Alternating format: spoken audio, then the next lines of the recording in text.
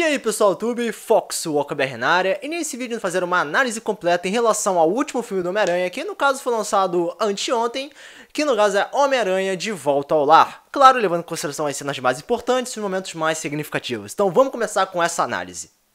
Então galera, Homem-Aranha de Volta ao Lar. De início podemos ver que o filme já apresenta um Peter Parker completamente diferente do que já mostrado anteriormente nos filmes anteriores, né? No caso envolvendo o Andrew Garfield ou até mesmo o Tobey Maguire. A grande diferenciação é que o personagem, no caso feito pelo Tom Holland, é um personagem, é um Peter Parker, é um Homem-Aranha muito mais novo. E a juventude dele não foi colocada somente pra, não sei, conseguir atrair um público mais jovem ou algo assim, mas para mostrar um processo da vida do herói onde ele precisa aprender coisas novas e ter o maior manuseamento de sua capacidade de adaptação. E é exatamente isso que o filme todo mostra, né? Logo de início vemos o Peter Parker já com seus poderes, mas tendo um pouquíssimo contato ou costume com como eu posso dizer, uma vida de herói perante momentos de crime, né? Nós tivemos que o nível de atos de heroísmo do próprio personagem vai crescendo gradualmente durante o processo do mesmo. De início, não sei, ajudando uma velhinha, impedindo um roubo de bicicleta, e já no final do filme ele ajuda a deter um vilão que fez uma queda de um avião, enfim. Dá pra ver que do início ao fim nós vemos um levantamento de heroísmo do personagem, mostrando claramente o seu crescimento. E é claro que junto a isso, a sua passagem evolutiva, nós vemos o personagem errando em vários momentos. E isso é um puta diferencial, me desculpe pelo linguajar, mas isso foi muito foda. Porque nós sempre estamos acostumados com Homem de Ferro, Capitão América, Thor, Hulk, sempre fazendo vários atos heróicos sequencialmente falando e raramente errando. Só que nesse filme, cara, o Homem-Aranha erra e muito. Sério, você vai ver o Homem-Aranha conseguindo fazer o que ele tem que fazer, né? Salvando a vida das pessoas e tal, mas fazendo um estrago bonito, sacou? Ah, vou atrás de um caminhão. Aí ele vai destruindo várias cercas no caminho. Ah, vou impedir que tenha, sei lá, um acordo entre terroristas e armas e tal. Aí ele sem querer ajuda na destruição de um navio. Ou no final das contas, ele, no caso, ele ajuda de forma indireta na queda do próprio avião, mas é claro, numa zona um pouco mais segura. Enfim, o herói comete erros. E isso traz um ar de mais realismo pro personagem, porque nós sabemos que, cara, se fosse da vida real, as pessoas passariam pelas mesmas situações. E em relação ao papel do Homem-Aranha, foi exatamente o que aconteceu. Foi realista, foi apropriado e foi muito gratificante ver algo assim no início da carreira desse herói após o seu papel na guerra civil. Agora, em relação ao Peter Parker, no caso, o lado humano dele, né, uma questão mais social, podemos ver ele no colegial, tendo todo aquele interesse amoroso, uma coisa mais básica, mais compreensiva.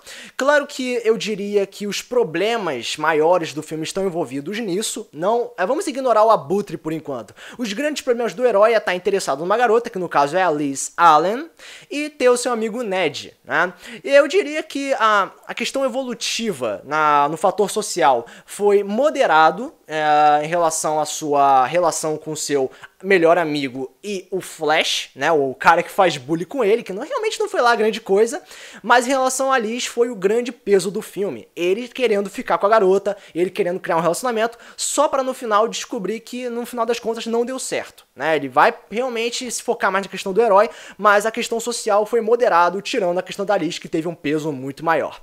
Agora, passando para os personagens secundários, no caso o próprio Ned, Flash, a Liz, MJ, eu diria que alguns personagens foram claramente desvalorizados ou não apropriadamente aprofundados, né? A gente pode ver que o Ned, né, o amigo gordinho do Peter Parker, ele só serviu apenas como uma figura humorística. Ele tava lá, ele poderia ter seus problemas, ele poderia ter um aprofundamento em sua família, ou como aquele peso de problemas podia afetar ele emocionalmente, mas em nenhum momento teve isso. Ele era apenas uma imagem humorística pro filme. Deu certo? Sim, deu certo. Mas eu acho que poderia ter sido mais aproveitado isso. Mesma coisa com o Flash.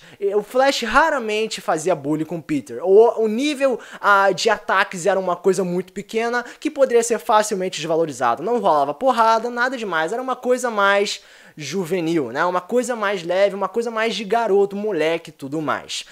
Em relação a Liz, né? Eu diria que, como eu disse, o peso foi o desejo de ter um relacionamento. A garota não teve nenhum problema assim de fundo, somente no final, quando ela perdeu o pai, né? No caso, o pai foi preso, mas só foi somente isso. A personagem não teve nenhum proveito em questão pessoal, foi apenas vamos participar de uma competição de escola, vamos pro baile, vamos pular na piscina, ponto. Foi somente isso, nada demais, foi apenas uma garota dócil, inocente, que serviu mais como o interesse amoroso, somente isso. Eu acho que alguns personagens poderiam ser mais aproveitados, principalmente a Tia May. A Tia May, logo no início do filme, a gente vê que o Peter Parker fala uma frase muito importante. Eu não posso fazer isso com ela depois do que ela passou, né? Então a gente pensa que ela passou por um momento de sofrimento, que claramente está devidamente relacionado à morte do tio Ben. Só que em nenhum momento é aprofundado isso, em nenhum momento é mostrado o sofrimento dela, né? Mostrando que ela sofre diante de alguma coisa. Ela, no geral, se torna apenas, se demonstra, não é? Apenas uma tiazinha legal que ajuda o Peter Parker a aprender a dançar, a ter postura, a se arrumar, sei lá, vai jantar com ele, e ela serve como, junto a isso, uma figura cômica. Nada realmente dramático em relação aos personagens de fundo. Somente o Peter Parker, Homem-Aranha, que passa por momentos assim. Principalmente nos seus momentos onde ele tem como eu posso dizer, ultrapassar seus próprios limites, provando a sua capacidade individual. Bom, em relação ao Abutre, a gente vê que o negócio dele foi os próprios negócios envolvendo traficantes, tráfico de armas e tudo mais. Um negócio bem, como eu posso dizer, bem feito, né, legal, mas eu diria que o vilão pesou mais na vida do herói quando teve a revelação de que ele era o pai da Liz. Cara, sério, eu não suspeitava disso. O cinema inteiro, quando eu fui ver hoje, o cinema inteiro ficou tipo, caraca, eu não tô acreditando. O pessoal riu, né, foi uma surpresa bem cômica, mas foi a partir daí que o vilão teve um peso maior, porque antes ele era apenas um cara que fazia uma bagunça ali, o Homem-Aranha chegava, quebrava tudo, conseguia algum sucesso, mas mesmo assim o cara fugia. E aí conseguimos ter um contato direto do vilão com o herói, revelando ele ser o pai da garota que ele tá interessado. Bum! A partir daí que o filme começa a ficar um pouco mais sério, um pouco mais sombrio, porque a gente entende o peso daquele tipo de relacionamento entre herói principal e vilão protagonista, né? Então, é aí que rola uma evolução maior em relação ao Abutre, né, o devido personagem.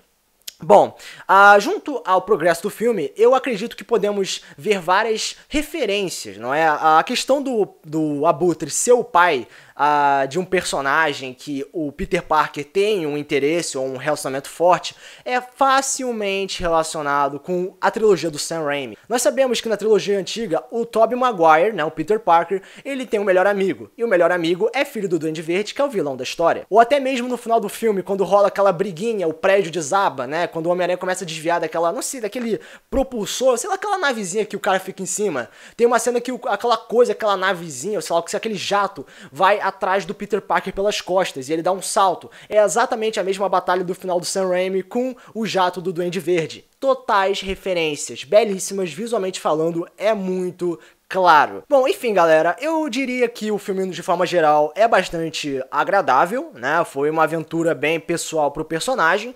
Tivemos um pouco como eu posso dizer, intrometimento do Homem de Ferro, mas é claro, servindo como um papel de, eu não vou dizer um pai, sacou? Mas mais ou menos um professor, né? Ensinando lições de moral, sermões e tudo mais. Eu achei que o vilão ficou muito mais fechado no Homem de Ferro do que no próprio Homem-Aranha em si. Essa foi a minha visão do cara, sacou? Não pareceu ser um vilão realmente do próprio Homem-Aranha. Mas tudo bem, foi assim que foi moldado no filme, então que seja, né? Mas eu acredito que, pelas questões da dificuldade que o herói passou e pela questão natural da própria juventude, de seus erros, né, e acertos, essa naturalidade ganha pontos adicionais durante a qualidade do mesmo. Em relação a alguns personagens, como eu mencionei, teve um mau aproveitamento, foi explorado de uma maneira completamente inadequada, ou que poderia ser melhor, mas pelo menos tivemos vários pontos humorísticos. Então, galera, como nota, eu vou dar nota 8. Eu não acho que seja o melhor filme do Homem-Aranha, mas foi um filme bastante divertido de ser assistido. Um troço simples, fechado no herói, com sua própria aventura e seu próprio crescimento. Então, galera, finalizando mais uma análise aqui. Se você quer comentar a respeito, você pode comentar nos comentários, contribuir no canal, compartilhar o vídeo, ajuda assim o canal a crescer. Então, espero que vocês tenham gostado. Foca só com o próximo vídeo. Valeu!